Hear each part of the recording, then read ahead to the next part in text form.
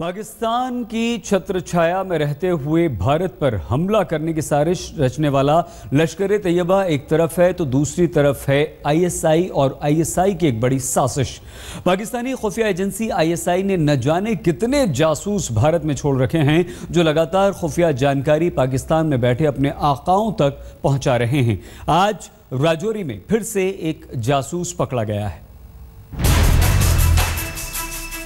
भारत में जासूसी कर रहे इन पाकिस्तानी जासूसों की फहरिस्त में एक और नाम जुड़ गया है। भारत की जमीन से आईएसआई को सूचनाएं पहुंचाने के नापाक काम को अंजाम देने वाला शख्स है मोहम्मद शब्बीर।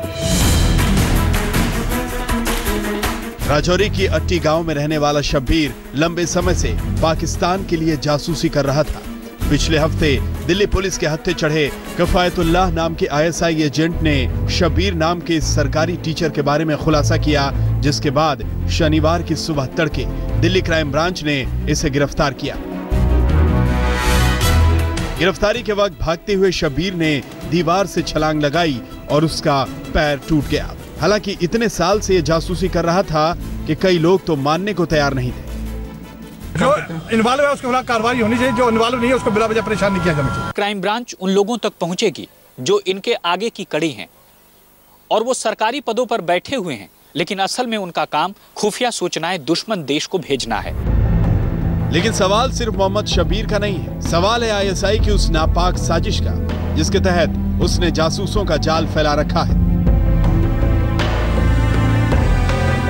क्योंकि सच यही है कि 27 नवंबर को मेरठ में गिरफ्तारी हुई तो 29 नवंबर को कोलकाता से 3 आईएसआई जासूस धरे गए। उसी दिन दिल्ली में एक बड़े रैकेट का खुलासा हुआ और फिर राजौरी में अब्दुल रशीद नाम के जासूस को पुलिस ने दबोचा।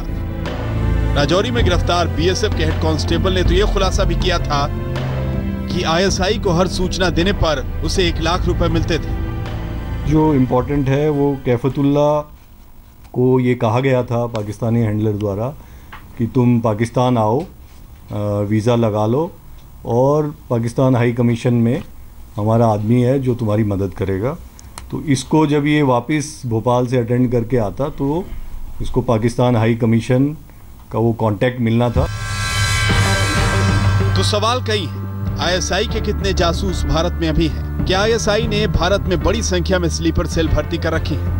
क्या सेना और पुलिस में बड़ी संख्या में आईएसआई जासूस हैं? आखिर जासूसों के पकड़े जाने की घटनाएं अभी हो रही हैं, तो उन्हें पहले क्यों नहीं पकड़ा गया जबकि वो कई साल से काम कर रहे थे? आईएसआई की इस नापाक साजिश में भारत के कौन कौन से लोग शामिल हैं?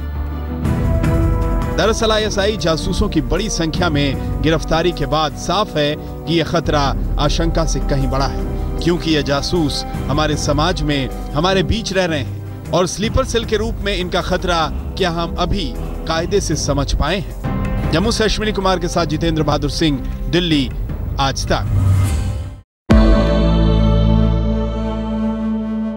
से गैस चेंबर का ठप्पा झेल रही दिल्ली ने बढ़ते प्रदूषण से लड़ने के लिए अब अपनी कमर कस ली है। दिल्ली सरकार ने सबसे बड़ा फैसला करते हुए गाड़ियों के सड़कों पर उतरने की बारी तय कर दी है।